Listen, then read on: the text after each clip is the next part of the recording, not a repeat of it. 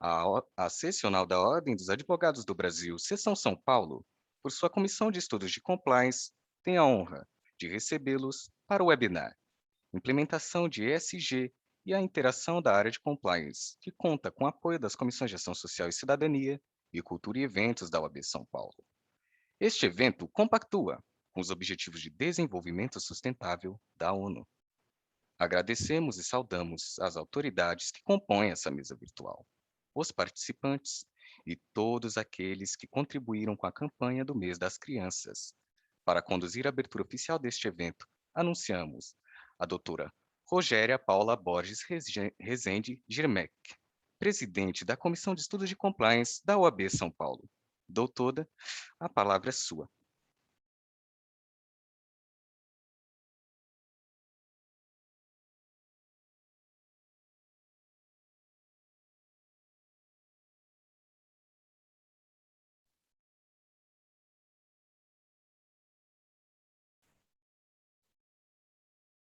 Posso começar?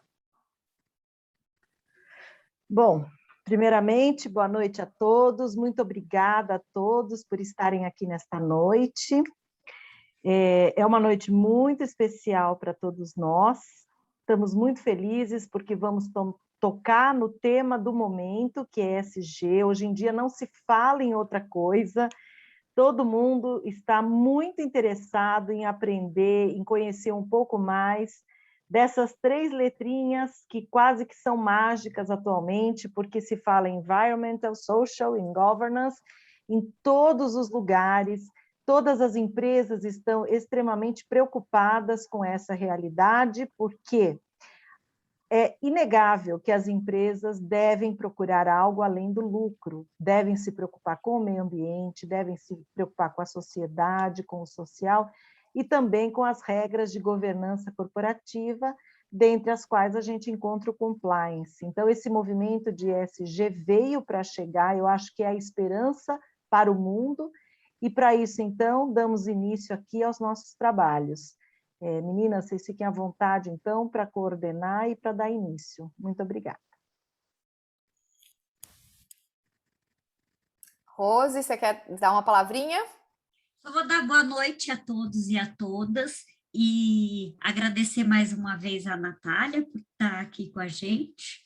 E passo imediatamente a palavra para você para fazer a abertura, a apresentação da Natália. Ótimo evento a todos.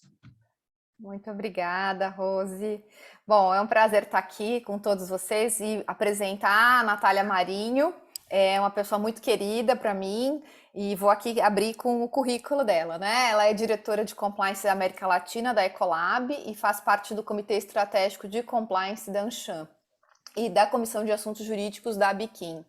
Ela é advogada certificada pela Society of Corporate Compliance and Ethics, que é a SCCI, e pós-graduação em contratos empresariais internacionais pela FGV, LLM em Direito Empresarial pela INSPER. Ela tem um histórico profissional de que ela liderou, então, portanto, vem liderando, né, o Departamento de Compliance na América Latina nos últimos 4 anos na Ecolab, e nessa função de liderança, ela tem impulsionado uma forte cultura de ética e conformidade na região, gerenciando todos os assuntos de conformidade relativos às operações da Ecolab na América Latina e sendo responsável por todas as políticas e procedimentos de compliance. Ela também é responsável pelo programa de compliance na empresa, que inclui um programa anticorrupção, gestão dos canais de denúncia, conduzindo investigações internas, fornecendo orientações e assessoria ao Conselho de Administração da região. Durante a sua liderança, ela implementou um comitê regional de ética e compliance com a gestão de importantes fluxos de trabalho que aprimoram a cultura e os controles internos da Ecolab. E antes disso, ela foi gerente jurídica e head de compliance para a América do Sul na Magma Internacional, uma empresa automotiva canadense. Tem bastante ampla experiência em ética e compliance, possui, já falei, das certificações, né, as certificações e as formações. E a Natália, né, tá também passando pela implementação do ESG, e além de tudo isso, também temos a implementação do ESG, que convidamos então para que ela falasse exatamente essa interação, né, que tem a área de compliance, a área de ESG. Ela vai contar um pouquinho como tem sido esse projeto, a implementação desse projeto dentro da empresa que ela atua. E aí exatamente essa relação, né, essa relação do compliance, que ela é muito forte, né, ela tem uma bastante sólida a posição dela, mas como que está essa interação junto da implementação das ações de ESG. Natália, é um prazer ter você aqui, passo a palavra para você. Obrigada pela apresentação tão extensa, um prazer estar com vocês hoje, com todos os participantes. Primeiro, eu gosto muito desse tema, do jeito que nós desenhamos ele, porque para os profissionais de compliance não parece tão óbvio, né? Não é uma resposta tão óbvia. A gente pode flutuar muito entre um pouco dos pontos que são essenciais quando a gente pensa num programa de compliance, que there's no one size that fits all, não tem para o ESG uma plataforma única que vai servir para todo mundo. A gente tem aí os pilares, as premissas óbvias e que são muito valiosas, porém, acho que a ideia hoje é eu poder compartilhar um pouco da minha realidade, da minha história, e aí acho que as pessoas vão entendendo também como flutuar dentro dos seus próprios cenários, colhendo algumas pílulas, algumas sementinhas aí que podem ser válidas para suas próprias experiências. Então, acho que esse é o meu objetivo hoje, né? Não traçar aqui diretrizes muito enraizadas no sim, no não, no certo ou no errado, mas sim um pouco dessa troca de experiência mesmo, que é o que eu posso compartilhar, eu entendo. Eu trouxe para isso uma apresentação, alguns slides que não tem intenção que sejam muito para enraizar a conversa e nem para que seja uma apresentação institucional, mas que eu acho que ele situa um pouco do que é a conversa em termos também do cenário em que eu me encontro, do universo em que eu domino hoje no meu dia a dia. Então, acho que eu vou projetar aqui, espero que não tenhamos nenhum problema técnico, mas vocês vão me confirmando se está tudo certo com a projeção, tá bom? Aqui eu acabei de projetar, acho que ainda não está em modo apresentação. Vou colocar. Agora aqui, eu acho que eu tenho que... Estou procurando uma... Trocar, isso, trocar isso, vou colocar aqui, duplicar, eu acho que vai. Ou se... Pronto. Bom, então, primeiramente, né... Obrigada. Ecolab, quando a gente fala de Ecolab, muitas pessoas talvez não conheçam a empresa, então é legal entender um pouco também do mercado que eu estou envolvida, da indústria. Para começar, é algo que me dá muito orgulho, porque nós somos líderes em soluções e serviços para o universo, para o meio ambiente, para a vida. E já é muito legal, e já é um passo muito grande eu estar num negócio que está muito próximo aos grandes objetivos de ESG, né? Então, nós ajudamos, o nosso core é ajudar a tornar um mundo mais limpo, mais seguro e mais saudável, ajudando os nossos clientes, né? E principalmente eu vou comentar de como fazemos isso, e a terem sucesso enquanto também protegemos as pessoas e os recursos vitais.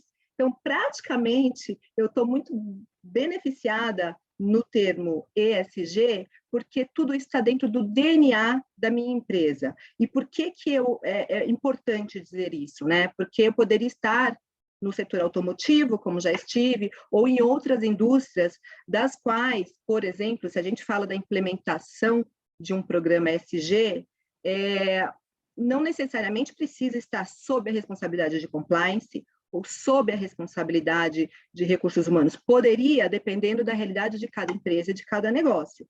No meu universo, como eu falei, o negócio já está tão próximo desses pilares, ou seja, já é core, que eu tenho pessoas, recursos e estrutura interna desde sempre.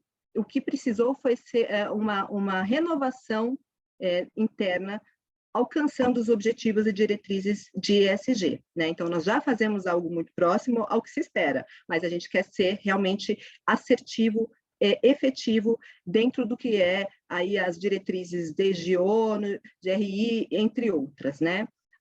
Então, passando um pouquinho aqui, só para, super rápido, pessoal, mas um pouco do universo onde eu me encontro na Ecolab, né? Então, é uma empresa global americana, está presente em mais de 170 países, nós temos 44 mil associados no mundo inteiro, 90 plantas, entre 16 centros de tecnologia, 400 centros de distribuição, e o mais interessante, eu tenho internamente mais de 10 divisões de negócio, e na região que eu estou, América Latina, temos 10. Então, entre elas, institucional, alimentos e bebida, água, mineração e papel, o setor de alimentos, restaurantes, eliminação de pragas, infecção, e também o setor de energia. O que isso significa? A gente oferece soluções, produtos químicos e melhorias para todas essas indústrias. Então, a gente tem aí um portfólio muito grande de clientes, né? Mais de 3 milhões de localidades, e números aí, 12 bilhões de vendas anuais. Agora, para me situar, eu me encontro como responsável da América Latina, que rapidinho significam 7 mil associados na gestão do programa de compliance, entre 26 países, incluindo o Caribe. Então, é um desafio muito interessante, e para ESG, passando um pouquinho, como eu falei, né, nós temos um propósito muito próximo, ajudar a tornar o mundo mais limpo, seguro e saudável, e a companhia, claro, ela tem aí já um avanço muito forte do ponto de vista corporativo, né? Eu vou passar um pouco o que nós já conquistamos como companhia, como empresa multinacional, que na prática me lembra muito a implementação de um programa de compliance, como tudo começou, para mim e para muitas pessoas, uma conversa que já foi muitas vezes repetida, né? Conhecíamos as empresas americanas, que já tinham muita noção de FCPA, entre outras diretrizes de DOJ, Guidance. Quando a gente teve a lei brasileira e teve que acordar para esse cenário, a gente percebeu, olha, muito do que existe lá fora, eu não posso dizer que está sendo eficiente aqui. Eu não posso dizer que, de fato, chega aqui de verdade fazendo a diferença. Então, foi aí que os programas ganharam força no Brasil de maneira simplista, né, falando. E o ESG, para mim, está sendo mais ou menos a mesma coisa, né? No meu universo, a Ecolab tem já um grande avanço em sustentabilidade, em ações sociais que são incríveis, tem uma governança muito forte, sempre teve, principalmente pelo pilar compliance, mas quando a gente traz para os mercados que nós falamos, quando eu trago o meu olhar bem pertinho de onde estou, a gente tem muito o que fazer.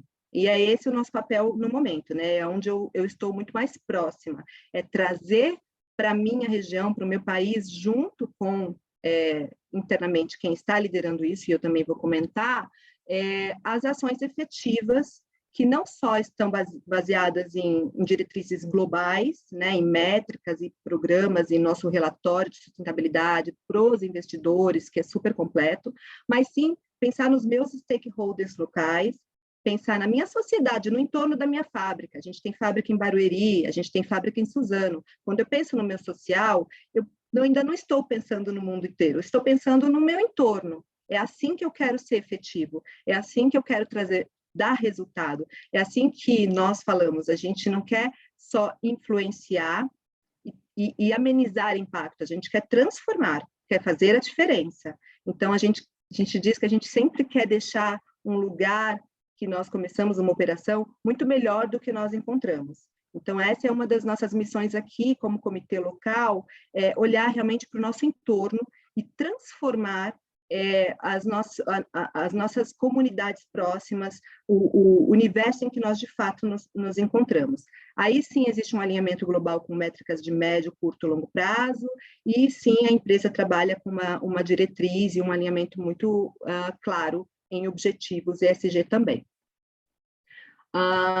Então, aqui, né, quando eu falo, já falei um pouquinho do core da empresa, mas é muito bacana destacar que somos especialistas em sustentabilidade de água, segurança de alimentos, higiene, execução, e olha que interessante, eu vejo isso como, através do que eu faço, eu já entrego bons resultados ou boas contribuições para a sociedade através do que eu vendo. Mas o nosso programa ESG, a nossa missão ESG, ela olha para dentro de casa, ela olha para também, olha, não posso exigir ou inspirar, eu preciso também estar fazendo a diferença internamente. Então, a gente tem muito, sim,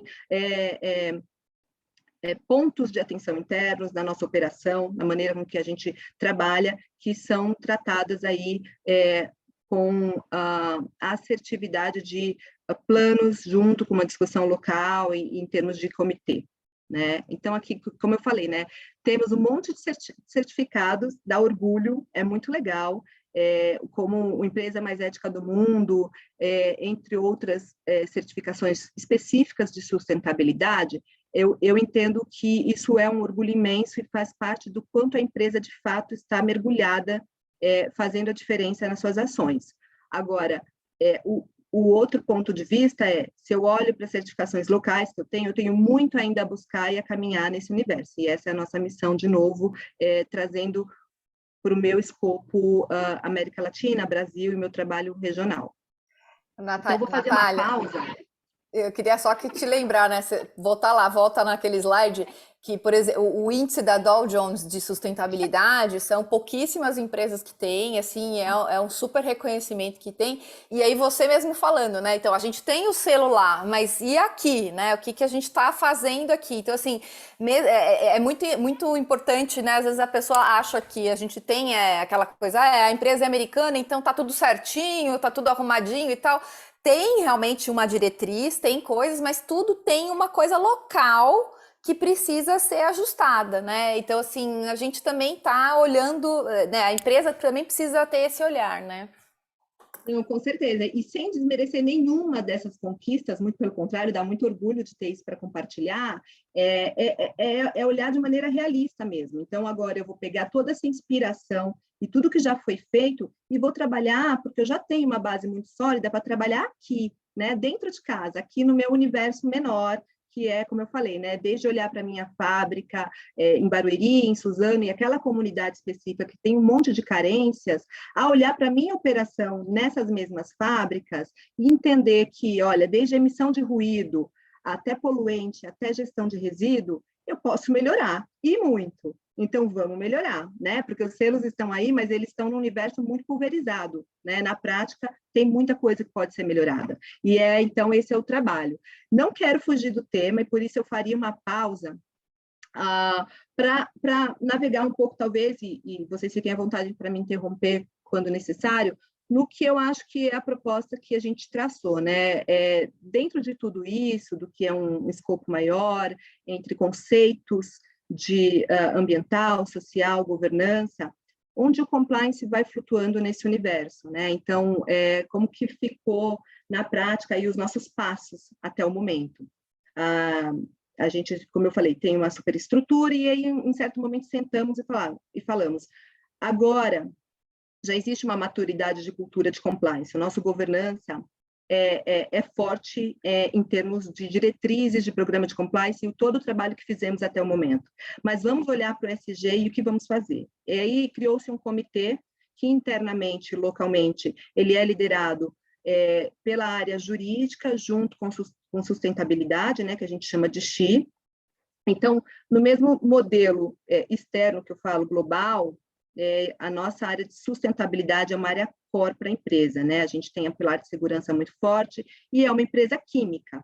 Então, faz muito sentido para mim. É por isso que eu penso em frisar sempre que, na verdade, vai depender de cada negócio, de cada tamanho, de cada estrutura. Muito similar ao que é um raciocínio para uma implementação de programa de compliance. Não faria sentido para a Ecolab que o programa ESG fosse completamente liderado por compliance ou liderado por compliance, se na prática eu tenho pessoas muito mais preparadas em know-how, em expertise, nos pilares importantes, tanto da gestão da operação, quanto dos riscos de ESG mapeados por nós, né, que a gente vai trabalhar. Então, o compliance entra como um parceiro muito forte, e eu entendo, né, como eu me situo. No ambiental, a gente senta para discutir questões legislativas, legais, né? Legislativas também, através de questões regulatórias, e o compliance entra ali naquele oversight. Eu preciso garantir que isso esteja em compliance, que nós estejamos de forma importante, inicial, com cumprindo os requisitos legais ambientais.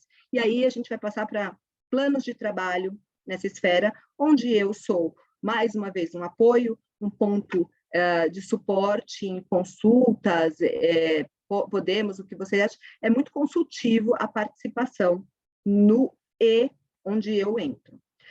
Quando a gente vai para o social, eu vejo muito próximo da cultura, né? Então, vamos fomentar, a gente vai fomentar a cultura, a gente tem um monte de ação hoje em dia que já tem aí força suficiente para sustentar o social, tanto externo, quando a gente olha para as parcerias que nós fizemos, United Way, a gente ajuda os hospitais da região, nós temos ação com as crianças, promovendo aí o desenvolvimento de carreira e educação básica para aquela sociedade mais carente do entorno das fábricas. E o compliance entra como? Entra fomentando essa cultura de maneira interna e externa, né? Promovendo esse valor dentro da companhia. Além disso, claro, existe um trabalho, o que a gente já faz no dia a dia como compliance, que suporta tudo isso desde o foundation, desde a base, que seria o que a gente faz em investigação interna, o que a gente tem em política, procedimento, em código de conduta, sempre foi base para o social, né? Sempre foi garantir o respeito no ambiente de trabalho, coibir ações de assédio, treinar as pessoas em relação a essas práticas inadequadas, seja de questões raciais, de diversidade e inclusão, que hoje ganharam muita força também, é um pilar quase que totalmente separado de tudo isso, mas ele está inserido, né? Então, a gente tem um programa de diversidade e inclusão muito forte e muito bonito também. Então, no social, eu entendo que, por um lado, a gente apoia a cultura, é um sponsor disso tudo, mas também continua fazendo o que sempre fez, que é garantir as diretrizes do Código de Conduta relacionado como eu falei, né, práticas de assédio e como você reage a essas ações que continuam sendo inflamadas por todas essas atividades recentes, diversidade e inclusão. Então, uma vez que eu falo mais disso, eu recebo mais disso no meu canal de denúncias, e como eu vou reagir a tudo isso é o que é esperado, não só dos meus associados, né, que a gente fala dos empregados, como também da sociedade. Então, é aí que o compliance atua, no meu ponto de vista, nesse pilar social. E no governance, bom, aí eu acho que está onde a gente, de fato, é a estrela, né, no SG. A gente brilha mais, talvez, do meu ponto de vista, na governança. E eu entendo que, bom, desde de uma atuação mais subjetiva do Tona the Top, que sempre esteve lá com a influência de garantir a eficiência do que se propõe. Eu acho que hoje a gente tem uma tendência nos temas de ESG, como a Rogéria falou, né? É o tema do momento, o que já me causa um ponto de atenção como compliance. O quanto eu, como companhia, estou realmente garantindo que o que eu me propus a fazer e o que eu estou me promovendo é de fato feito, né? Então, a governança, para mim, ela está muito inserida nessa evitar os washings, né? Seja do greenwashing, entre outros washings, aquela falsa promessa e o marketing em cima de propostas de causas tão importantes que, de fato, é um ponto de atenção. Eu aprendi um termo recente, eu até fiz uma anotação porque a palavra não é comum para mim, mas acho que é tokenismo, não sei se vocês já ouviram falar. E o tokenismo também está muito ligado a esse washing, que é empresas hoje em dia se promovendo de causas relacionadas à comunidade LGBTQI+, ou seja, diversidade e inclusão, questões raciais, se promovendo em cima dessas ações com pouco resultado, entregando pouco resultado, né? Então, o que a gente quer como governança é que isso não aconteça, né? A gente quer garantir realmente que se você propõe, e é mais do que obrigação hoje em dia se propor a isso, que você realmente mergulhe em ações efetivas, em resultados. Então, na governança, se numa parte eu entendo que a gente tem uma influência muito forte em garantir que não existam esses washings, Por outro lado, eu entendo que a gente também consegue ser muito efetivo em ações, né? Então, vou exemplificando, fica mais fácil. Já é parte do programa de compliance da maioria das empresas uma due diligence de terceiro, né? E mapeada em riscos, possivelmente, na maioria das vezes, riscos importantes para compliance, que seria anticorrupção, né, entre outras práticas aí, fraudes, que a gente visa captar previamente numa due diligence antes de fazer ali o seu relacionamento com o seu terceiro.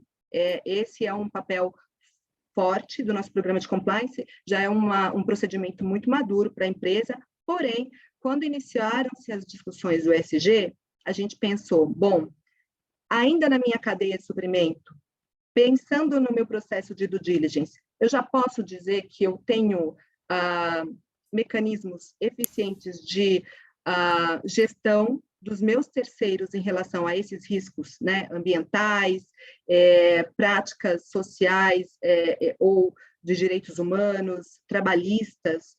Eu tenho, e a resposta é, precisamos fazer melhor nesse pilar. Então, eu tenho uma due diligence, eu tenho um procedimento robusto, eu tenho recursos internos, mas eu ainda não posso dizer que, por exemplo, se eu pegar as diretrizes do Ethos, e os indicadores que eles utilizam, ter cláusulas socioambientais nos contratos não é ser efetivo na gestão de terceiro no que diz respeito à gestão ambiental, de riscos ambientais ou de riscos ESG, né?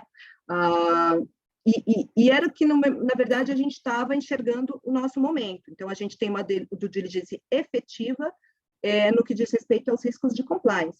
Nós somos proativos em botar as nossas cláusulas dos contratos muito completas e em expectativa. É o suficiente? Não. A gente entende que não, e eu entendo que é uma tendência que não seja esse o objetivo. O objetivo é que realmente você tenha ali indicadores, né, critérios claros de como você faz essa gestão, desde como você capta essa informação, o que você vai exigir, aí vem os desafios, né? Bom, na minha cadeia de suprimentos, eu tenho fornecedores muito pequenos. O que eu vou exigir?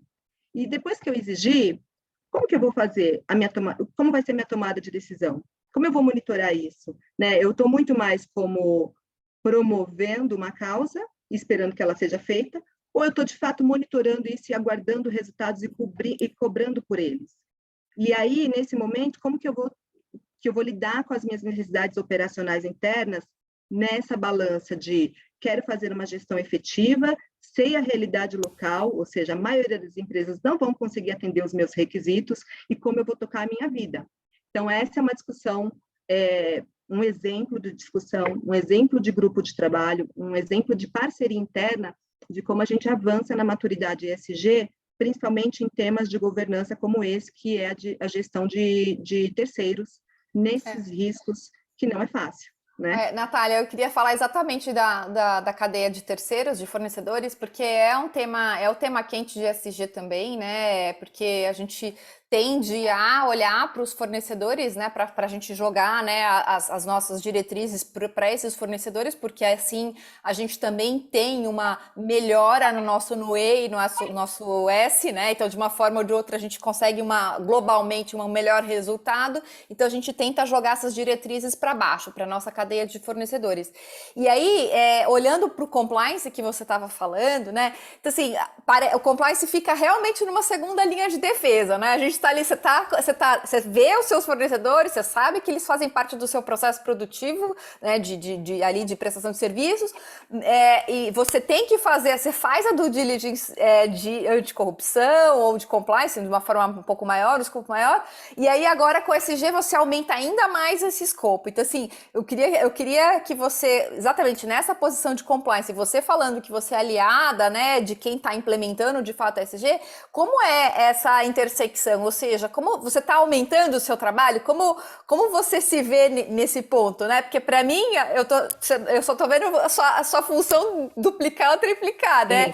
É isso mesmo? Ou como equilibrar esses pontos, né? A gente vai ter que ter mais um monitoramento, vai ter que ser mais robusto. Então, como lidar, por exemplo, com esse tópico que você acabou de falar dos fornecedores?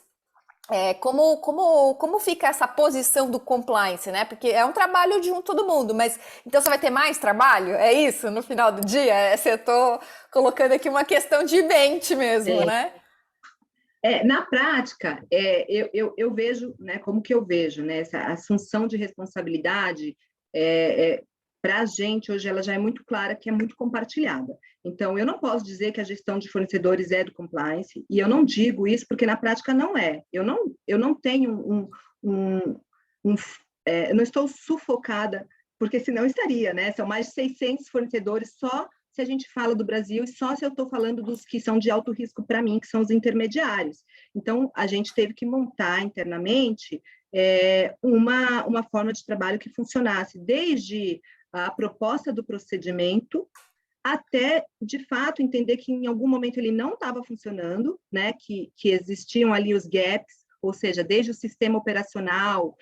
Então, o compliance vetou esse provedor, mas depois, um ano depois, eu descobri que o cara tinha pagamento para ele. Então, gente, espera lá, só vai funcionar se essa responsabilidade aqui, de fato, estiver clara e compartilhada quadradinho por quadradinho. Então, hoje, eu vejo que no SG, seja se a gente amplia o escopo da nossa due diligence, ou se a gente faz de uma maneira totalmente nova ou diferente, não vai mudar de maneira intensa para mim, ou ela vai ser diluída proporcionalmente, a ponto de que, com orgulho, eu assumiria a minha parcela, né? Mas não totalmente. Eu não acho que faria sentido, e na prática não acho que nem vai ser assim, porque não tem como. Claro que o que tem mais intensamente é o tempo dedicado a essa reflexão, a esse estudo, a essa análise. Então, isso sim é um trabalho adicional hoje em dia. A gente sentar para debater o que a gente vai exigir, como a gente vai lidar com essa informação. Por exemplo, eu até comentei com você, parte do que a gente estava avançando nesse trabalho foi conhecer alguns fornecedores do mercado que têm ferramentas aí efetivas dessa gestão de risco bem voltada para ESG. Então, quando a gente vai conhecer um parceiro desse, a gente também tem que fazer um trabalho intelectual de falar, bom, o que você oferece e a minha realidade, o que eu já conheço dos meus desafios, espera lá, eu vou ter que falar para o meu comitê que é bom a gente pensar nesse ponto de atenção. Então, acho que esse exercício consome meu tempo hoje, meu trabalho adicional. Quando o martelo bater e a gente realmente avançar em executar as ações que estamos planejando, é um trabalho pulverizado e não tem como ser diferente. E acho que na proporção das outras empresas aí, dos colegas que estão ouvindo, também deveria ser assim, porque ainda assim, uma pessoa de compliance, todo mundo fala, não vai conseguir, não vai fazer a diferença e não vai manter. Então, é o que eu vejo, né? Entre essa e outras ações que nós traçamos dentro do comitê como objetivo, eu não vejo que nenhuma delas me assusta, talvez esse fosse o ponto, a ponto de falar, gente, eu não vou saber, eu não vou dar conta. Não vou dar conta, né? Tipo assim, eu não vou dar conta. Porque é um pouco da sensação que a gente vê no mercado, as pessoas falando assim, nossa, eu não sei como eu vou fazer, né? Porque eu vou ter que colocar um monte de gente, tá dizendo, era isso que eu queria, essa divisão. E depois também essa questão do compartilhamento que você falou, né? Como que vocês, se você quiser falar mais para frente, não sei se eu estou atropelando aqui, mas para mim é muito rico de contar como funciona internamente. Então, assim, que na verdade se vocês têm grupos de trabalho específicos, essa divisão de grupos de trabalho para desenvolver, então, portanto, o processo que vai vir lá para frente, isso aí acho que é muito precioso também, se é por temáticas, né? Então, o E você já deu a entender aí que tem um pouco do jurídico que é muito forte, né? Da questão legal propriamente dita, o S tem muito mais a ver, talvez, com o próprio RH. Então, assim, aí depois, se você puder falar, não sei se agora ou mais para frente, fica à vontade. Não, claro. Na prática, como tem acontecido, né? O comitê é um comitê grande, o comitê de ESG ele é até muito maior do que o comitê de compliance, porque o de compliance a gente mantém mais na liderança mesmo, as discussões são mais sensíveis e confidenciais. O comitê ESG, como que a gente entendeu? Na prática, a gente vai tocar na operação muito forte. Na prática, a gente vai precisar de muito braço. Então, a gente trouxe para a estrutura do comitê representantes de várias áreas internas, desde logística, supply chain, compras, marketing, comunicação principalmente pela parte social. Enfim, tem muitos representantes, inclusive dos divisões de negócio mesmo, da área né, que a gente atua, que eu te falei, são divididas em 10 divisões de negócio. Todas elas têm representantes no comitê, além das principais áreas de função, que são RH, jurídico, compliance, regulatório. Então, está todo mundo lá. Todo mundo entende o que a gente quer, quais são os nossos desafios e o que a gente quer fazer. Uma vez que tem uma discussão, um brainstorming bacana, um debate, existe um steering committee. Esse steering committee de ESG é o comitê, é o grupo já mais liderança, mais refinado, que toma algumas decisões mesmo. Olha, por quê? Porque a gente está falando mesmo de mudar o curso das coisas, de dedicar recursos, né? Seja investimento, seja o tempo das pessoas, seja a forma como a gente vai trabalhar. Então, aí, essas propostas que saíram do debate do comitê, elas vão para o steering committee, bate martelo, após uma apresentação, né? Uma segunda apresentação, e aí cria-se grupos de trabalho no que foi aprovado para aquela métrica, para aquele ano, para aquele período. Os grupos de trabalho, então, são nomeados por pessoas do comitê, ou, né, a gente vai contatar as áreas internas aí que falam, olha, a gente pensou em fazer aí um mapeamento dos nossos fornecedores, porque num segundo momento a gente vai precisar implementar um questionário. A gente quer iniciar o nosso trabalho de gestão de fornecedores em ESG por um questionário, um self-assessment.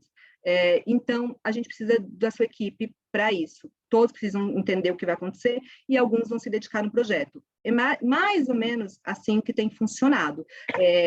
Uma conversa ampla, brainstorming, debates, é muito saudável, é muito legal, todo mundo contribui. A gente tem até uma forma de coletar ideias, a gente faz um pré-working, o que vocês entendem que no momento é necessidade, o que vocês visualizam que a gente pode fazer. Então, todo mundo participa nessa coleta de informações das ações, né? Do rumo das ações que vamos tomar. Aí o steering entra com a aprovação das propostas e a decisão, e dali sai, então, agora a gente vai pulverizar isso em grupos de ação, que já não estão mais dentro do comitê, já estão fora, já estão espalhados dentro da companhia com missões aí para cumprir. É mais ou menos assim que a gente tem conseguido sucesso. Tem o engajamento, mas depois ainda vem um top-down, né? Não tem jeito, né? Porque tem uma coisa de orçamento, tem uma coisa de decisão que ainda acaba vindo. E tem esse engajamento antes aí prévio na construção, que é muito importante para fazer com que tenha efetividade, né? Porque senão não funciona. Tem muita conversa esclarecedora também para as pessoas, né? A gente tem town halls em que a gente fala exatamente o que estamos fazendo, o que estamos buscando. Então, isso para todo mundo é comunicado de maneira transparente, assim, olha, o que a gente quer agora, em que momentos estamos, o que a Ecolab quer buscar. A gente sabe que temos métricas globais, por exemplo, vamos diminuir pela metade a nossa emissão de carbonos até 2030, e até 2050 zero carbono. Isso é uma super meta da companhia global. Mas quando eu falo para os meus associados aqui, eu falo, gente, o que a gente vai fazer? A gente está fazendo uma parceria agora com o Hospital de Barueri, então é isso que a gente vai fazer. São tantas vidas que a gente vai ajudar a salvar. E é isso que dá orgulho para as pessoas, é isso que motiva os associados a dedicarem horas de trabalho também a atividades, talvez, extracurriculares, que é como alguns podem enxergar, né? Bom, eu sou cara de vendas e agora do nada eu estou fazendo um processo ali, estou metido no meio de um processo de compliance, que no final todo mundo fala que é um processo de compliance. Mas, na prática, se as pessoas entendem o que a gente está buscando e entendem o valor também, né? O que a Rogéria, de novo, trouxe como base, é o valor, é o quanto a gente tem já muito claro, e isso me lembra a origem disso tudo, né? A origem do SG, Who Cares Wins, né? Desde quando o secretário da ONU lançou dessa maneira, para mim não tem dúvida do que é a proposta. Quem se importa de verdade ganha, e ganha desde valorização das suas ações, a mais investidores, a toda a sustentabilidade do seu próprio negócio em savings, em economia. As pessoas, né? As próprias pessoas, porque elas vão ficar... Exatamente, elas vão ficar, né?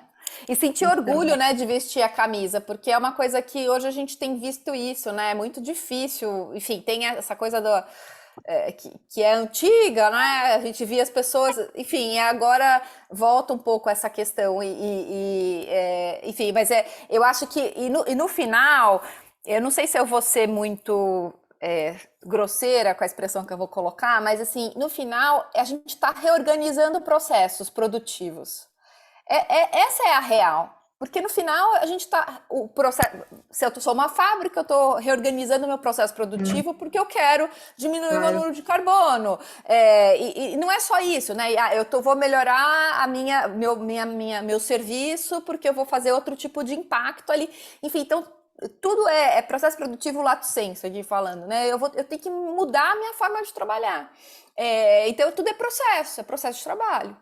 Que vai envolver jurídico, que vai envolver compliance, que vai envolver vendas, que vai envolver RH, que vai envolver o chão da fábrica, porque é só o chão da fábrica que vai ver se o plástico que ele usa na embalagem pode ser descartado em troca de um papelão, né? Então, assim, e eu acho que e aí você falou muito bem, o compliance tem uma função muito forte aí, que esse governance e cultura, né, de levar exatamente, comunicar e levar essa cultura, porque quem vai fazer mesmo é quem está lá na ponta, quem está na ponta que vai trazer a ideia, quem está na ponta que vai mostrar onde pode ser modificado. A gente não tem como saber, né? É isso, dentre várias discussões que a gente tem, muitas delas saem de lá para ser validadas com quem na prática está mergulhado no processo, porque a gente já sabe que do programa de compliance você também toca na operação, você só consegue um programa de compliance efetivo conhecendo o seu negócio a fundo, a sua atividade, os seus riscos, mas o ESG, ele vai, no meu ponto de vista, muito mais na atividade, né? Ele vai ali no chão da fábrica, como você falou, na forma com que um resíduo às vezes era recolhido, e vai mudar a maneira com que o operário às vezes fazia uma coleta de um resíduo, de um produto, de um químico, ou o transporte desse químico, ou, de certa forma, como você falou, se a gente quiser ter uma ideia, que a gente também tem a produção de álcool em gel. Então, desde a embalagem dos envases que a gente fala, como que a gente pode ser criativo em cima disso? As barreiras regulatórias e sanitárias, não dá para ser só a intenção, não dá para ser só a vontade. É muito mais que isso no ponto de vista de que se eu quiser ser efetivo e sustentável, ou seja, minha operação também precisa sobreviver, né? Eu preciso sobreviver às minhas ideias podem ter boa intenção, mas o meu negócio precisa sobreviver a longo prazo. Isso dá para fazer, e dá para fazer de maneira eficiente, efetiva, rentável, sustentável? Então, essas respostas que você vai buscar com muitas mãos envolvidas. Não é um trabalho fácil e não é um trabalho só de bom moço, né? É um trabalho transformador mesmo, e é por isso que eu vejo que, nesse sentido, a clareza dos donos das áreas, das funções, a clareza de quem faz o quê, é muito importante. A participação dessas pessoas dentro dessas discussões é essencial, porque senão não vai sair do papel, ou se sair do papel não vai funcionar, né? Então, há de ter muito cuidado com como se compartilha as boas ideias e boas intenções internamente, porque se não for de maneira assertiva dentro, né? Não sei o quanto pulverizado pode ser cada atividade ou cada empresa, mas a minha é muito. Então, se eu não conseguir achar as pessoas certas para me alinhar, não flui. Ou vai fluir e vai dar ruim, né? Como dizem. Então, é mais ou menos por aí que eu vejo que é uma particularidade do ESG em termos de desafio. Mas eu vou fazer uma pergunta tricky agora. Gente, eu tô fazendo a pergunta aqui, mas fica... Eu sou uma entusiasta. Eu ia te perguntar se compliance deveria assumir a posição de ESG ou não. Eu sei que você não está nessa posição, que você está como parceira, né, da implementação que está sendo liderada pelo jurídico. Foi uma diretriz da sua companhia. Mas você acha que o compliance pode liderar uma implementação ESG? Meu ponto de vista, eu acho que pode. E isso acho que tem que ser uma decisão compartilhada de maneira realista dentro do universo de cada empresa e de cada momento. O que eu quero dizer com isso? Talvez, numa empresa em que você tenha zero ou muito pouco de ações de evolução num programa ESG, o compliance ele pode ser mais efetivo se liderar, porque ele vai ter um tom de força, seja como foi a implementação de uma cultura de compliance, criar uma cultura ESG. Então, o compliance, por já ter essa expertise de criação de cultura, de mindset, de transformação de pensamento, ele vai trazer a liderança para seriedade na situação que talvez estava dormente em uma empresa. Então, eu acho que é aí que, se uma empresa está muito lá atrás ainda, precisa explicar os conceitos, precisa falar sobre o valor, precisa entender que, na verdade, essa transformação é necessária, senão a empresa vai ficar para trás. Eu acho que o compliance é um bom carro-chefe para puxar esse projeto. Lá na frente, quem sabe, ele vai passar a bola para outro quando a coisa já estiver rolando, que é o meu caso. Eu já peguei, né? A gente já tem uma empresa que isso já faz sentido há muito tempo, já se fala disso há muito tempo. O compliance é uma peça-chave desse componente que é muito maior na empresa, que é muito maior no mundo. Então, para o nosso cenário não faria sentido. Mas eu acho sim que, principalmente no Brasil, em que a gente está caminhando, né, nesse aspecto, muitas empresas podem ter sucesso se a área liderar, com a consciência de que ela vai ter um papel muito mais de construir cultura e de clareza, de explicar conceitos, de explicar objetivos, né, de explicar benefício. É mais ou menos como eu vejo. Legal. Eu ia seguir um pouco os slides aqui, talvez, e vocês podem ficar à vontade para me interromper também em relação ao tempo, me situar, porque eu falo bastante. Mas, colocando um pouco aqui o segmento dos slides, eu acho que o que eu tenho mais à frente é um pouco do que a gente já fez, né? Então, como eu falei, né? A gente quer causar um impacto positivo, trazer uma liderança que dê o exemplo, né? De maneira sustentável. As nossas metas se concentram realmente aí no nosso planeta e na nossa operação. Temos as metas que eu falei para 2030, né? O que a gente quer também causar impacto, seja em clientes, nas comunidades, e no planeta como um todo. Alguns dos números que eu falei, que eu acho que são números muito relacionados ao que são métricas hoje para todo mundo, né? Na economia de água, tudo isso está dentro do meu DNA, e o que eu faço, de certa forma, já contribui para os objetivos de todas as empresas em relação ao programa ESG. Aí a gente volta de novo e fala, caso de ferreiro espeto de pau. O que eu preciso melhorar dentro da minha operação. Então, o meu programa ESG, ele olha para a minha casa. E ele olha o que mais eu posso fazer para a sociedade. Para os meus clientes, eu já tenho uma noção muito clara de como eu entrego esse valor, né? Através do negócio. Então, são várias formas de olhar, porque senão as coisas se confundem, sabe? A gente tem que ter essa clareza internamente, já que o business está muito relacionado a isso também. Então, como eu falei, sem não se esquecer que sustentabilidade começa em casa. Então, o que a gente quer para a gente também, além do que a gente já oferece de ajuda para os nossos clientes? A gente tem as nossas metas operacionais, que é o uso de água positivo, a gente quer realmente cortar nossas emissões de carbono, e os nossos pilares de diversidade, equidade e inclusão, que hoje nos dá grande orgulho, porque a gente teve muito avanço dos últimos 2 anos nos programas que a gente tem, nos grupos de afinidade, e eu vou falar um pouquinho deles. Mas a gente sempre recorda que muitas das nossas metas estão alinhadas também com os 17 objetivos, né, transformadores da ONU. Então, a gente tem ali algumas das diretrizes como pilar mais importantes. Aí destaquei os que são ali os mais próximos dos nossos negócios, dos nossos objetivos. Falando também tudo sobre o meu universo local. Natália, só para voltar, quais são as diretrizes que vocês utilizam lá? Vocês vão pelos objetivos sustentáveis, a ODS, ou vocês criaram um padrão, um outro parâmetro para vocês seguirem o projeto? Como foi isso? A gente tem, na verdade, o nosso alinhamento local vem das diretrizes do nosso relatório de sustentabilidade global, que vai aí ter uma somatória de diretrizes, desde ONU, GRI, entre outros. Então, a gente trabalha com as métricas muito mais corporativas, né, que já estão aí traçadas através dessas grandes métricas.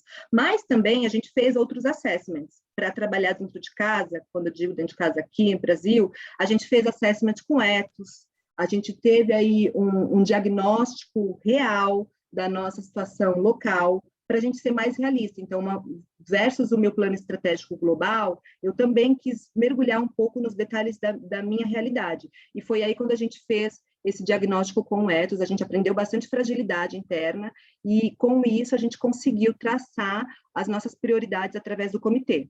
né? Mais ou menos, respondendo a sua pergunta, foi esse o nosso formato de trabalho desde que iniciamos o comitê local. A Rogéria tem uma pergunta. Então, eu estou lendo uma pergunta aqui do chat, que é da sua xará, Natália Lima. Eu tinha posto aqui para ver o nome inteiro dela, é Natália Lima. E ela diz, Natália Lima Botana, ela pergunta o seguinte: gostaria de saber qual é a melhor forma de implementar o ESG dentro das empresas. Ou seja, acho que aqui ela quer assim, descer mais assim, para a prática, a vida como ela é. Como é que eu pego o ESG e jogo na empresa? Boto ali, misturo no meu programa de compliance, faço separado, como é que eu faço? Né? Você já falou um pouco pela pergunta que a Paula acabou de fazer, sobre a questão de se pode estar em compliance ou não, mas ela quer saber o como, ela quer assim, a prática mesmo, isso. O que eu posso compartilhar é a experiência de como a nossa tomada de decisão, como foi feita, né? Eu em compliance, consegui muitos bons resultados tendo um comitê estruturado internamente. Desde resultados a parcerias internas para ter planos de ação, que a gente chama work streams, né? Então, dentro do comitê, eu conseguia explicar o que estava acontecendo, demonstrar o que estava acontecendo, a minha necessidade de sair dali com parceiros para ir dentro da empresa, delegar algumas responsabilidades e colher alguns bons resultados. No ESG, a gente adotou o mesmo formato, porque é o formato que eu entendo que funciona bem, para você também ter visão, desde o seu momento, os seus desafios e o seu futuro, os seus objetivos. E buscar, que eu acho que é o grande cereja do bolo, né?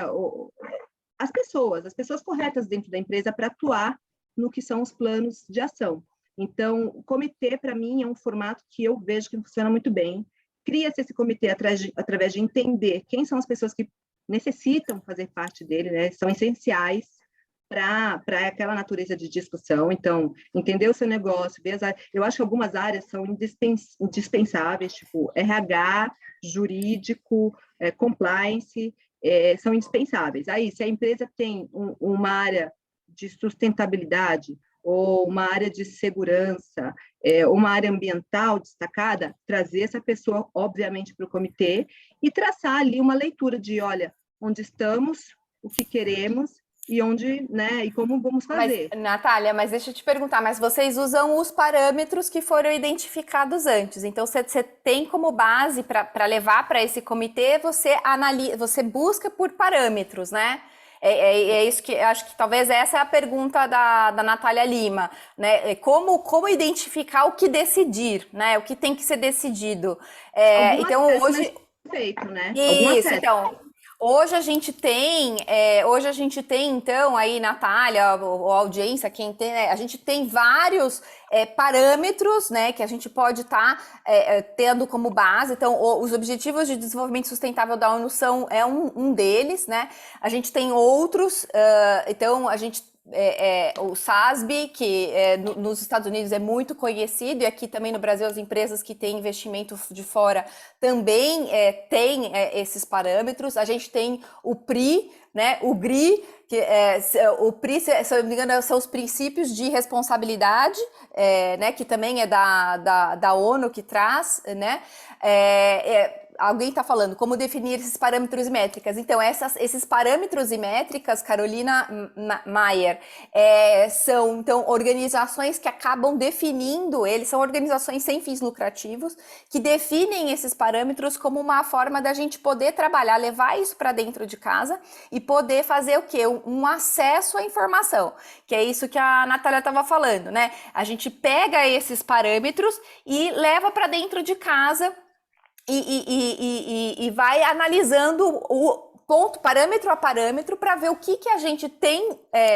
e o que não tem e o que precisa ser mudado. E é por isso que faz esse plano de ação, né? O comitê, na verdade, ele vem para olhar, então, para olhar essa foto, o que nós temos, o que nós não temos diante desse parâmetro e decidir, então, como fazer, como seguir com esse plano de ação de implementação, né? Por isso que a Natália, acho que colocou como muito parecido com o compliance, porque é isso mesmo, né? A gente, quando está implementando um programa, foto, é. Tem que ter uma foto. Então, você cria esses parâmetros que não precisam ser. E aí, acho que também a grande a questão, a Natália falou do ethos, né? Que foi também onde eles se inspiraram aí, os parâmetros.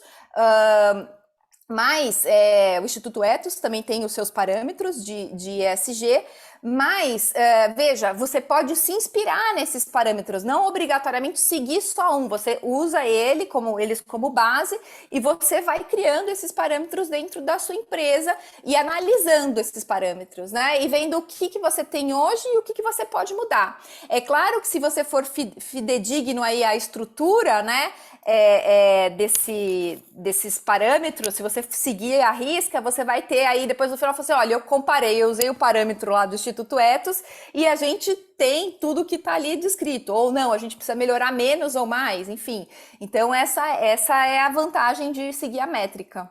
Deixa eu perguntar uma coisa, e como parâmetros a gente colocaria o quê? Quais seriam esses parâmetros que a gente vai estabelecer para poder montar, então, o nosso plano de ação e dizer que a nossa empresa efetivamente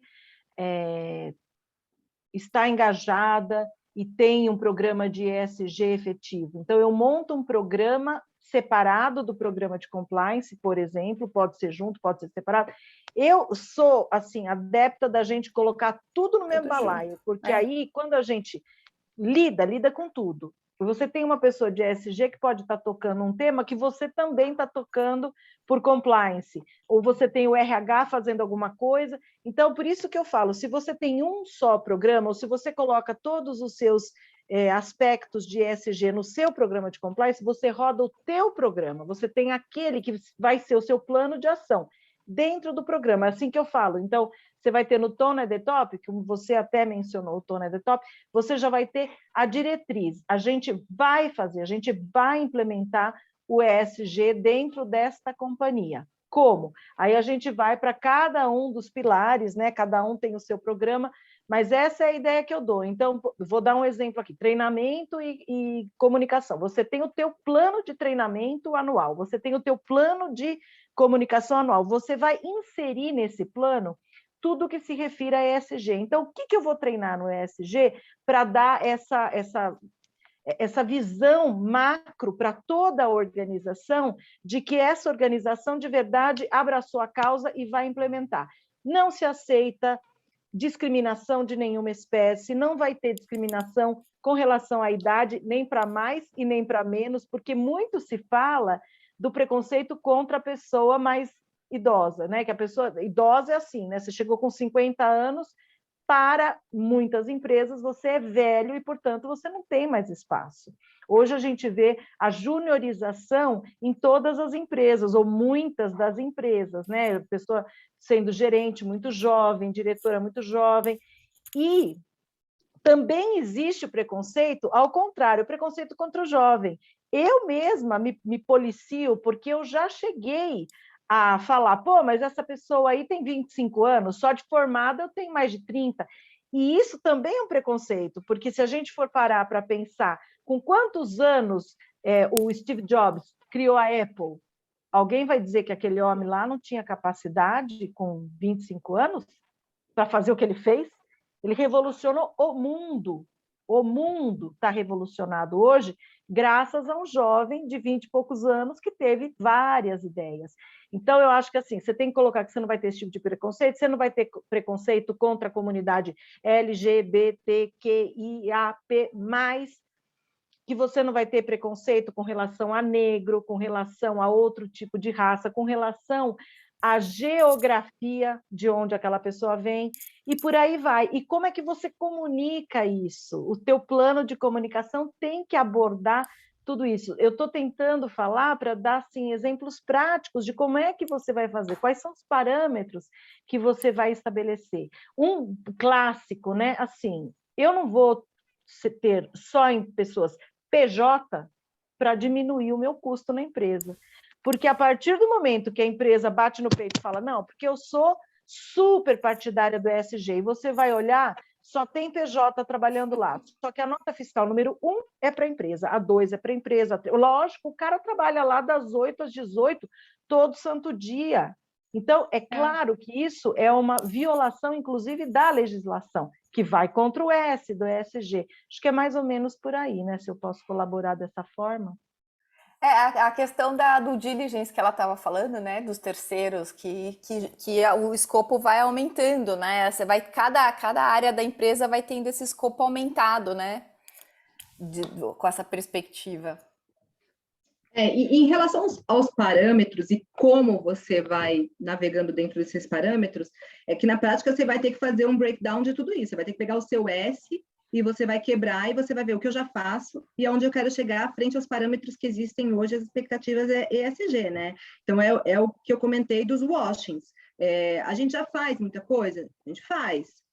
Em compliance, a gente tem uma missão muito importante no S? A gente tem como coibir realmente questões de assédio, a gente tem esse papel relevante não só de fomentar a cultura, mas também de agir dentro do canal de denúncias e reagir a essas práticas, mas aí quando a gente traz isso para os parâmetros ESG, é muito mais, é um pouco além, né? Você tem que, a expectativa, principalmente GRI, entre outros, é que você fomente isso na sua cadeia de suprimento, fomente isso no seu relacionamento com seus stakeholders, e não só você fomente, não só você inspire as pessoas, você tem que cobrar, você tem que ser efetivo, depois você tem que monitorar, depois você tem que efetivamente tomar ações em cima disso. Então, esses desafios de como você faz o breakdown de um E, de um S, de um G, aí você entra lá naqueles quadradinhos de cada um deles. Então, no S, eu vou ter diversidade e inclusão. O que eu já faço hoje?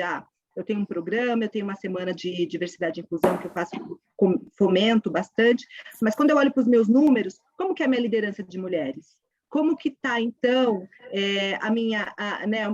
quantos negros eu tenho? Então, eu tive uma semana de compliance, uma semana de diversidade e inclusão, eu expliquei para todo mundo o que significa cada coisa, a gente falou de do's and don'ts, a gente deu, inclusive é muito legal, a gente deu um treinamento que fala como ser um aliado, né? How to be an ally. Então, é muito legal.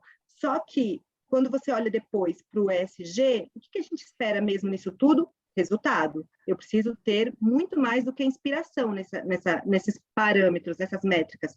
Pelo menos as diretrizes, elas são mais assertivas em expectativa de ações, né, que sejam mesmo voltadas a KPIs muito claros. Então, é o que a Rogéria falou, a questão racial é óbvia, né, está no core, sempre esteve do que é até direitos humanos e constitucional. Agora, o que você faz na prática é o que vai ser o seu objetivo dentro do seu ESG. E como você demonstra isso, é o que os parâmetros vão cobrar.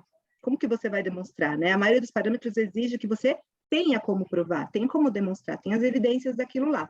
Então, na prática, eu tenho bastante desafio, por exemplo, quando eu tenho que realizar esses assessments em conjunto com outras áreas da empresa, e a gente precisa ali agora falar, bom, números, quantos por cento dos meus fornecedores eu consigo demonstrar que eu vetei porque não tinham ações efetivas relacionadas a trabalho escravo, direitos humanos, etc.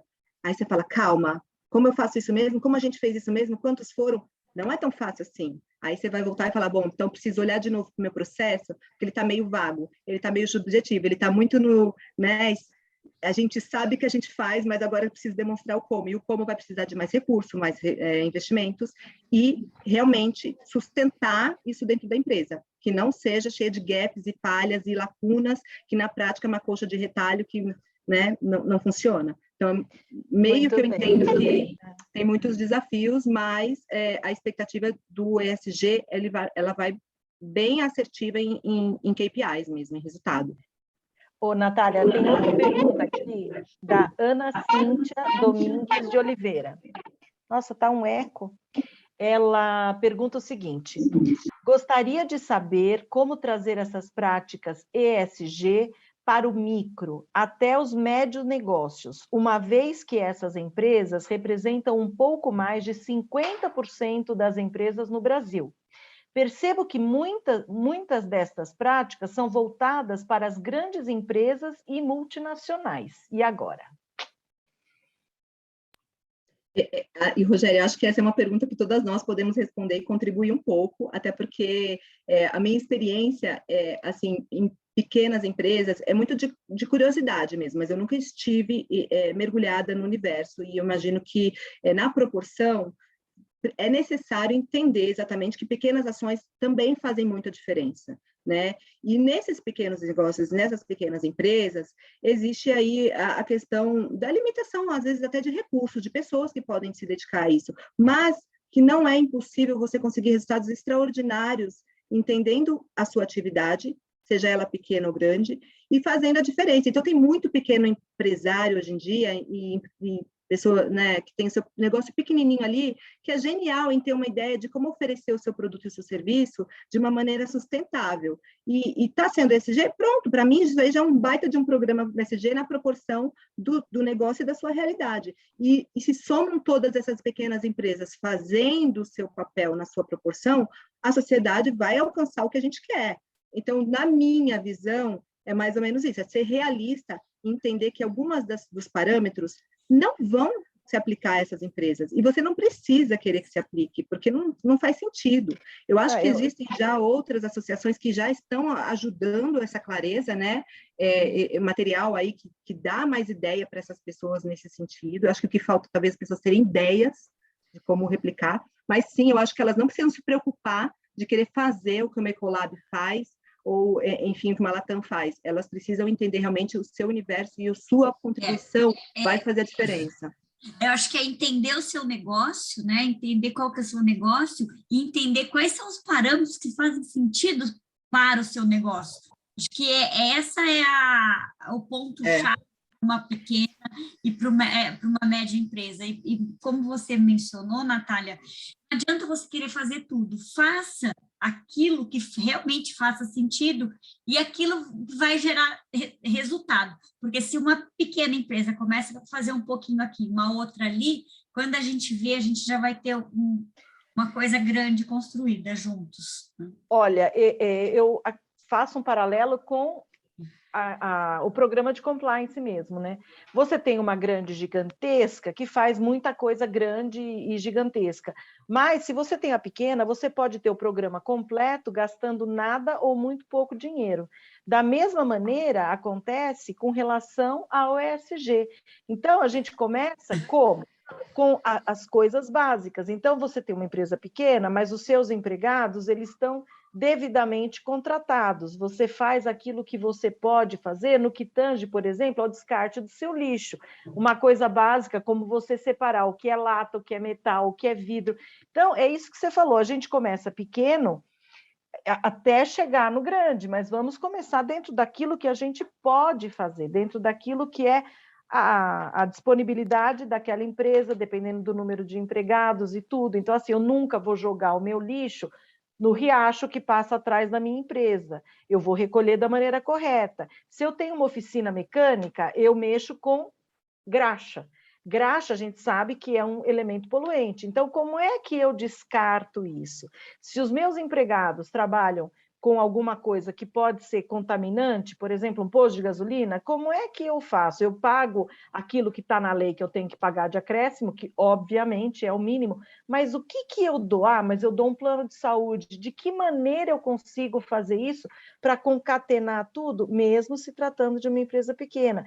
Claro que tem que fazer muita conta, tem que olhar muita coisa, mas o principal é você ter o tone at the top, ou seja, você ter alguém lá em cima que falou, não, eu compro essa briga, eu quero que seja assim, eu vou fazer menor, mas vou fazer da maneira correta, por exemplo. Eu acho que assim, o Banco Central, quando ele vai emitir uma norma para o mercado financeiro, ele emite a norma desde uma instituição pequena até uma grande. E ele é muito feliz quando toda norma ele coloca sobre o princípio da relevância e proporcionalidade. Então, ele não exige, igual o seu exemplo, Rogério, que num programa de compliance, que um programa de compliance seja igual para todas as instituições financeiras. Não, ele tem que ser de acordo com o risco, de acordo com a proporção, de acordo com aquele negócio. E eu acho que aqui no ESG, a gente pode utilizar essa mesma regra, né? De acordo com o seu, com a sua relevância, com a sua proporcionalidade, de acordo com o risco do seu negócio. Acho que fica bem bem adequado.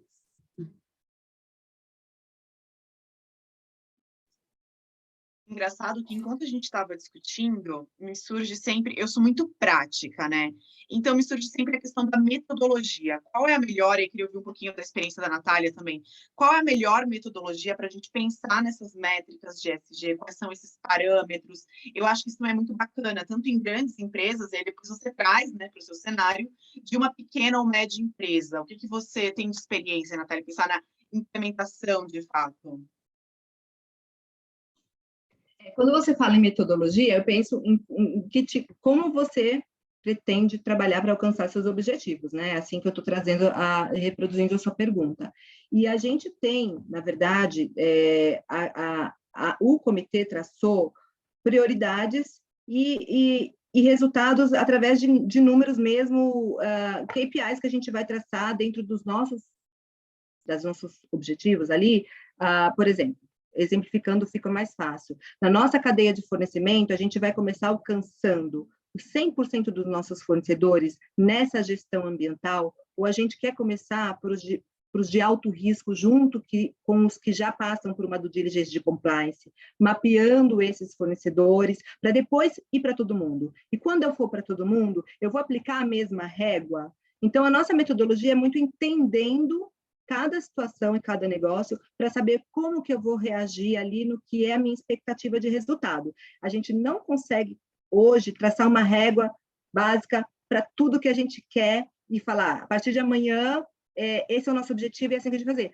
A gente está indo muito por camadas realistas de objetivo, né, um progresso de resultado, assim como nas ações sociais, a gente tem uma super ideia, e aí a gente tem a limitação tanto dos recursos, das aprovações necessárias, internas, entre outras coisas. É um produto químico, a gente tinha muita ideia na pandemia de doação, né? Então, tá alinhado com tudo, né? Com o social, com o que era a necessidade do momento, com o que a empresa faz, versus o que eu tinha que trazer para casa, que eram os meus procedimentos específicos já existentes.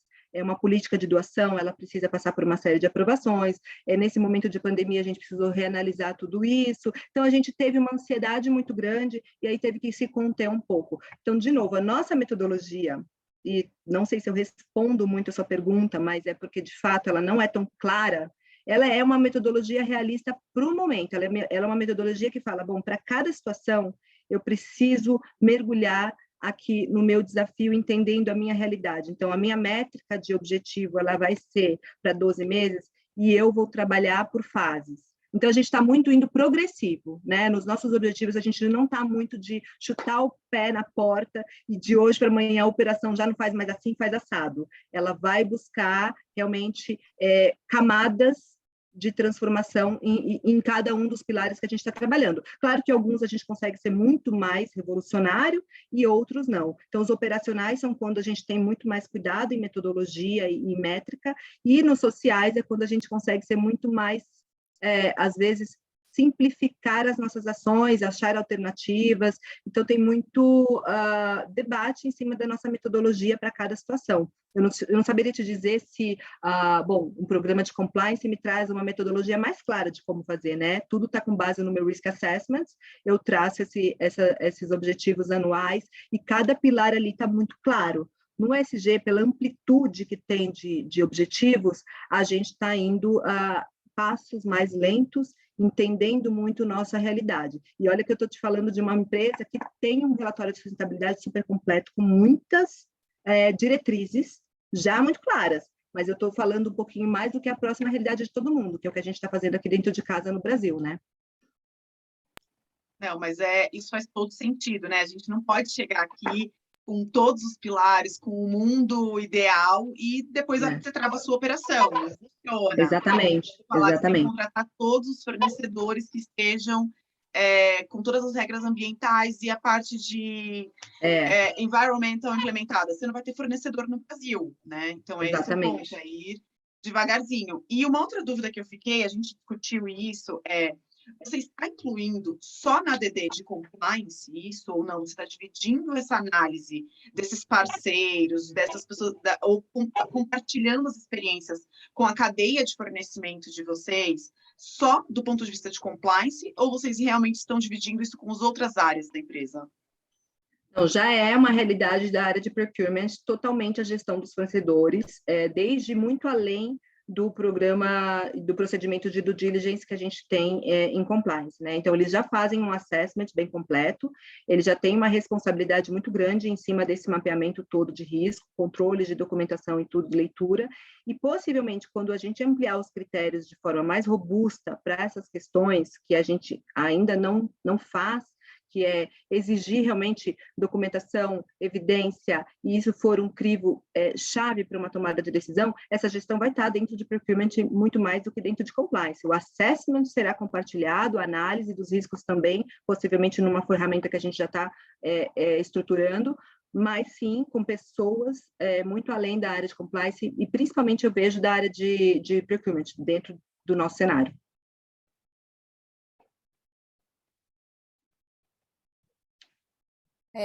Natália, eu não sei se você quer evoluir um pouquinho mais, a gente está chegando já ao final, e ainda temos aí mais uma pergunta, enfim, você quer fazer um overview?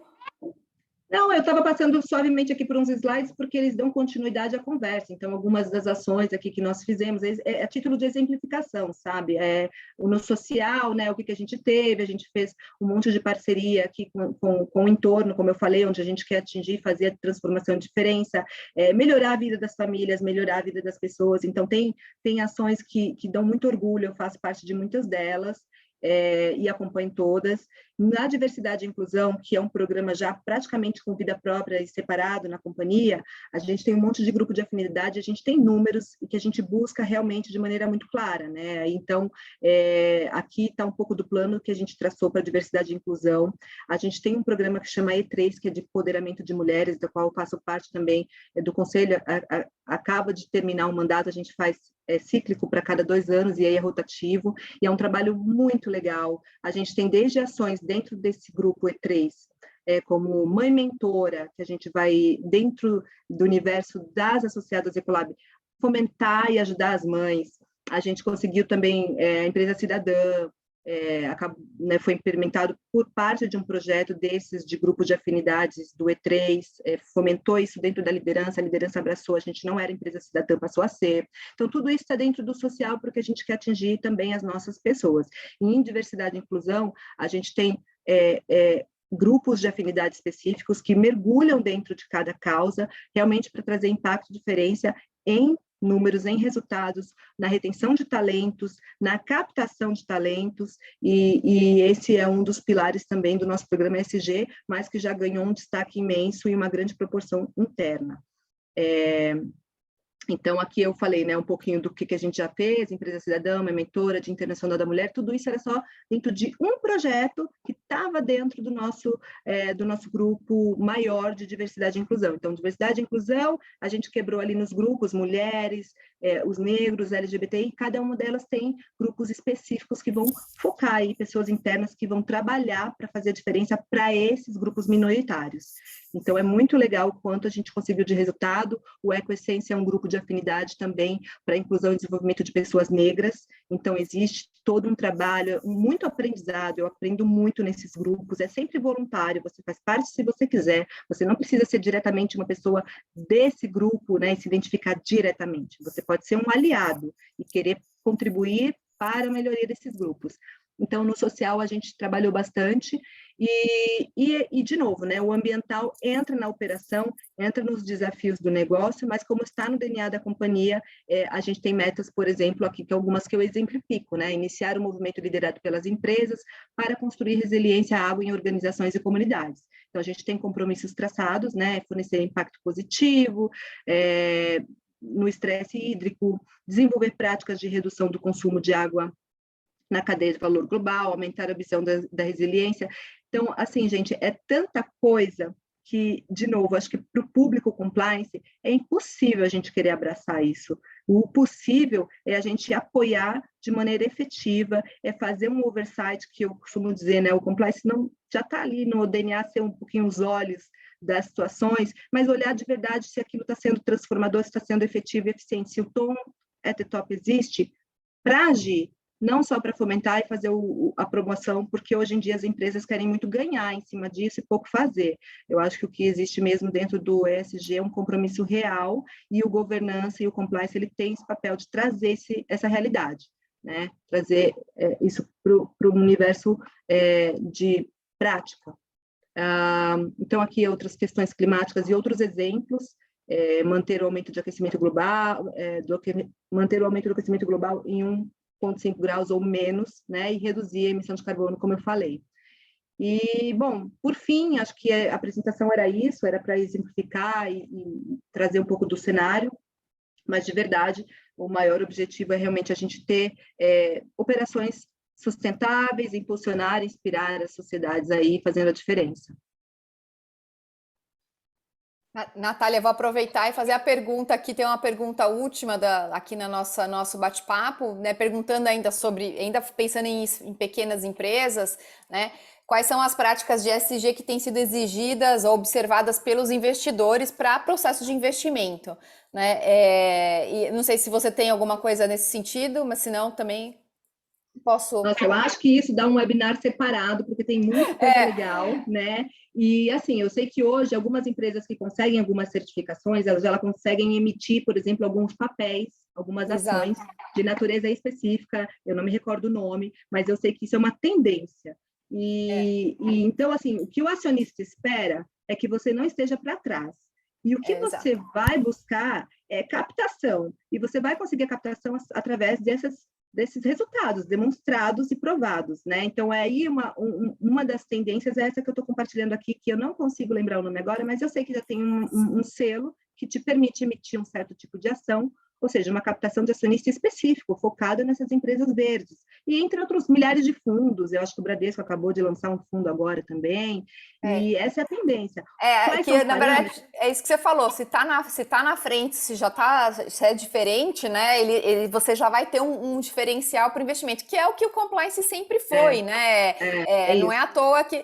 Então, assim, a grande questão aí, Débora, que você fez a pergunta, é você tem que avaliar, e se você quer um investidor, efetivamente, você tem que avaliar o perfil do seu investidor, o que ele também está buscando, porque essa é uma forma também de que muitas empresas se ajustam a ESG pelo perfil do investidor. É óbvio que é uma forma de se ajustar ao ESG, né? A gente aqui está pensando no ESG como muito maior, com escopo muito maior, que é todos se beneficiarem. Mas tem muita gente que olha o que o investidor quer e traz isso para baixo, traz isso para sua operação. É uma forma de olhar, né? E é só a gente lembrar que, muito embora o ESG tenha vindo, como foi comentado pela Natália, do presidente lá da ONU, quando acho que foi a primeira vez que surgiu esse tema aí, ele só entrou mesmo na prática depois que o BlackRock lá, o Larry Fink, né, que era o CEO do BlackRock, falou assim, vocês querem meu dinheiro? Então é bom começar a pensar fora do lucro, além do lucro, porque senão meu dinheiro não vão ter. Então, quando o CEO do maior fundo de investimentos do mundo fala que ele quer que tenha uma visão baseada em meio ambiente, baseada no que você faz para a sociedade, baseada quais são os seus mecanismos de controle, seus mecanismos de governança corporativa, pronto, eu sempre falo isso, money rules. Então, o dinheiro é que governa, o dinheiro é que determina. Todas as normas de compliance começaram nos bancos, porque os detentores do capital falaram, então você vai ter primeiro Basileia I, depois você vai ter Basileia II, depois você vai ter a Sarbanes-Oxley. A gente está acostumado a ver isso.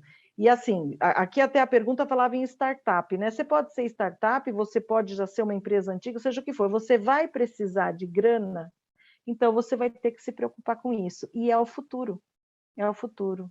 O mundo, ele gira, mas é para um lado só, ele não vai ficar voltando, a gente não vai voltar em 1900, nunca. Então, a gente precisa cuidar desse planeta, que, aliás, é o único que a gente tem para viver, né? Pois é, isso mesmo. Muito certeira, Rogéria. Terminou com palavras-chave. Ruim. É, isso mesmo. Então, tá bom. Natália, você quer fazer uma palavra final para a gente fechar? Não, só agradecer, foi um prazer. Eu acho que eu espero ter contribuído de alguma forma para reflexão mesmo, né? E sei que o negócio é muito amplo e cada um está num cenário do que algumas das coisas fazem sentido, das quais eu falei, e outras não. Mas é isso, na prática, é o quanto a gente vai refletindo sobre a realidade de cada um, não impede que seja feita uma diferença num programa ESG. Então, acho que com essa premissa, essa é a minha experiência, mas existem diversas outras que também estão dando resultados incríveis. E é aí que todo mundo ganha. Exatamente. Obrigada, muito menina. bem, então, nós que agradecemos muito por você ter aceitado o nosso convite, por ter vindo e compartilhado conosco esse lindo projeto que vocês têm, que realmente é bastante completo, né? A gente fica até pensando assim, nossa, que bom, tomara que todas as empresas se preocupem com essa seriedade e cheguem no mesmo nível de maturidade que vocês já apresentam aqui. Então, nós é que te agradecemos muito. Ai, prazer. Passou rápido. Obrigada, viu? Voou o tempo. Obrigada, Obrigada, Natália. Obrigada a Até todos. mais. Até Tchau, mais. tchau.